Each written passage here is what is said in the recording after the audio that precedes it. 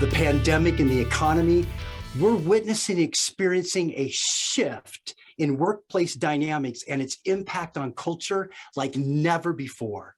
Leaders in meetings everywhere, at every level and every type of organization are asking one another, how's the pandemic affecting your culture? Is your culture withstanding the economy? Is your culture healthy? Is it still intact? And in these unusual times, which many are calling the Great Resignation, it's time for an elevation of the most important component in our organizational cultures. Have you ever had a moment when clarity descends upon you as if the heavens opened and beams of light emanated from an angelic choir? Whoa! And you just knew that you had a new thought? Yeah. I'm in our rose garden clipping deadheads, and it happens. The heavens, the light beams, the angels, and in neon letters, this thought lights up my mind. Am I a leader of the what or the who? I'm thinking to myself, what does what and who have to do with culture? Oh, culture, high school, biology, and instantly my mind is back in high school. It's a Thursday, it's lab day, and our biology teacher greets us at the door and orders us to line up with our lab partner. Notice what you notice at each of the dishes, and hands us our safety glasses. Well, my partner and I look at each other, stylish. Well, in the center of each of those tables is a shallow, round glass container, a petri dish. You see, last Thursday, we smeared the bottom of the dish with a shiny gel, a culture that we had created. And today was the great reveal to see what was growing or not. We passed by the tables. On this table in the petri dish, fuzzy green. This one over here, spikes of orange. In another dish on another table, a zigzag pattern of bright blue and pink. In the dish, on the back table, only the shiny gel. Well, not remembering it was ours, I ignored it and just kept walking. My lab partner grabbed my elbow and pulled me back, and we leaned in over the petri dish. There's nothing there. What? There's nothing growing. Oh, what happened? Did we mess up? Well, we looked at one another. Oh, snap. We're not going to get an A out of this project. The teacher leaned over the dish.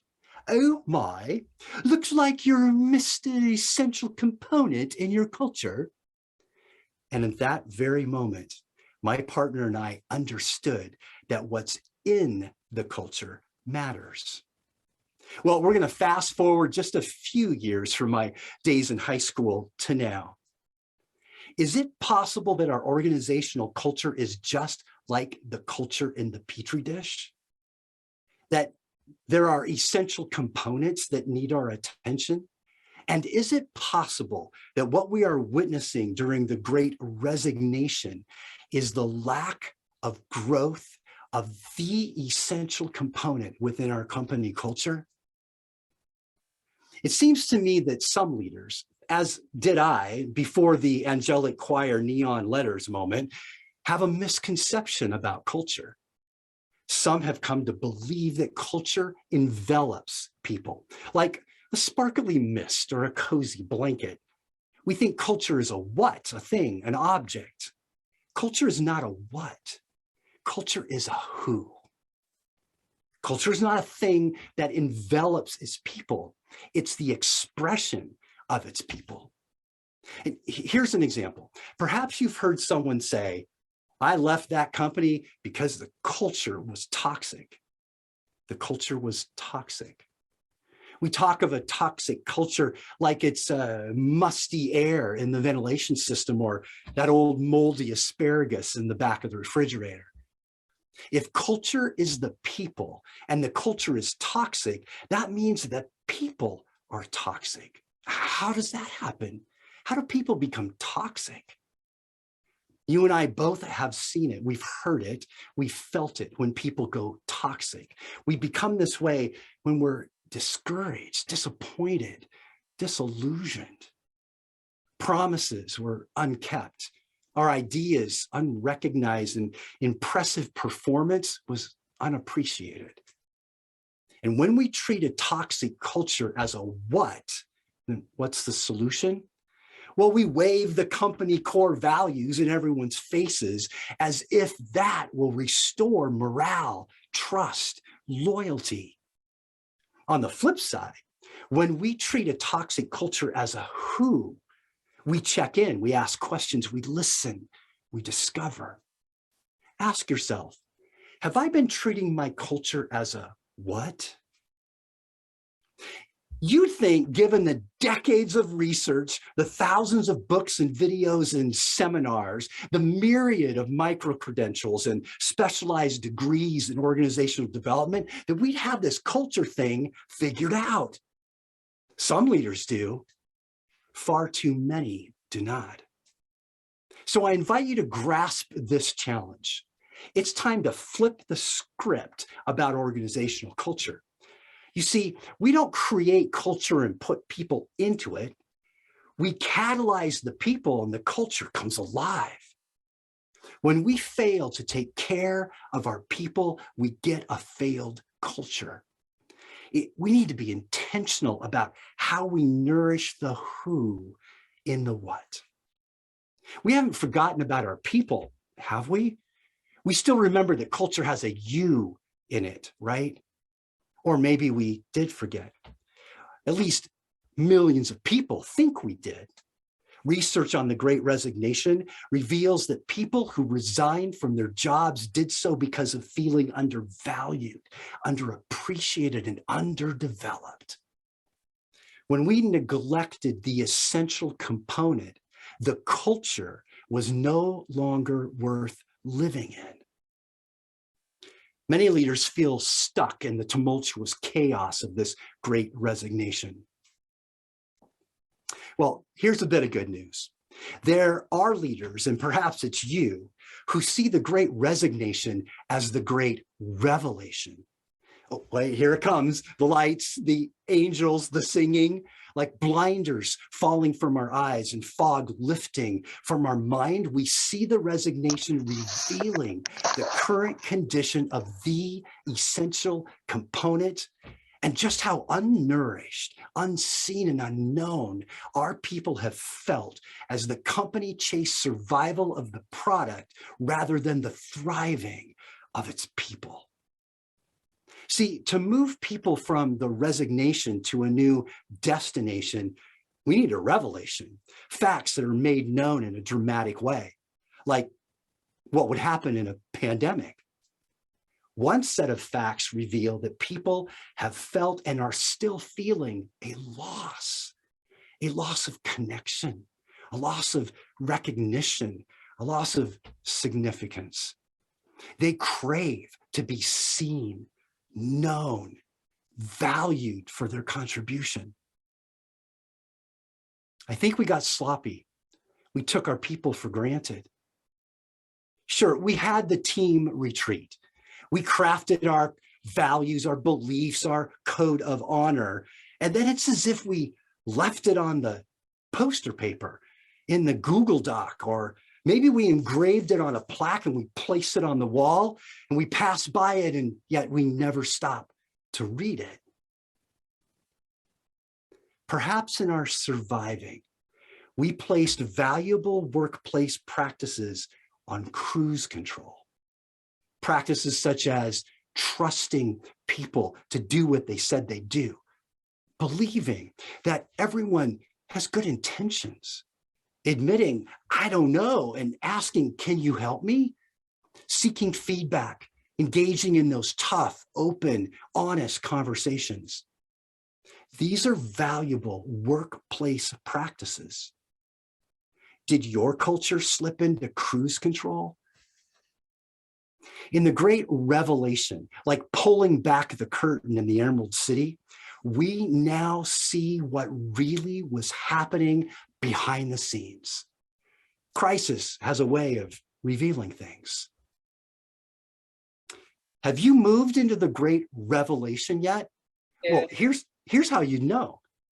You have returned to the truth that people are more than an object, more than a line item on the balance sheet, more than an asset. People are our advantage, especially during these times, right? This dynamic shift in what's happening. Our people have had time to think about what's important to them and how they want to live their work life.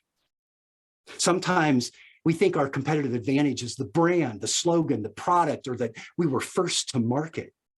Although that all may be true, it's you and me, the people. We are the true competitive advantage. To be clear, people are the advantage. It's our people who market, it's the people who design, people build, people innovate. As leaders of teams, companies, and organizations, let's remind ourselves that we are nothing without our people. So let's stop nurturing the culture and start nurturing the people. It's time to lean into our petri dishes, to look closer and see what needs to be seen. And if we're humble, we'll learn from this revelation. And if we're courageous, we'll do something about it. Speaking of courageous, there are courageous leaders among us who are, catch this, moving from the Great Resignation through the Great Revelation into the Great Elevation, the next incarnation of their company culture. What is the Great Elevation? It is the equipping and the empowering of our people in ways that elevate them to impressive and often surprising performance. It's shifting people's myopic perceptions to an elevated perspective that what they do, it matters, they're valued, they're honored, and that they can thrive in their work and be energized and fulfilled. And who doesn't want to work with people who are equipped and empowered and energized, impressive, and surprising? I certainly do.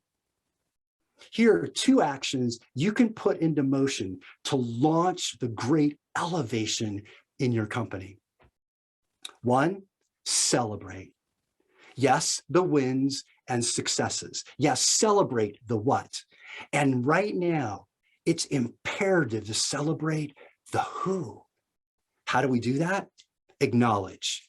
I mean, really pay attention to each person's uniqueness, their strengths, gifts, abilities, and how they add value to the team.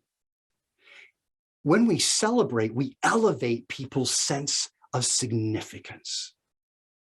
Two, invite.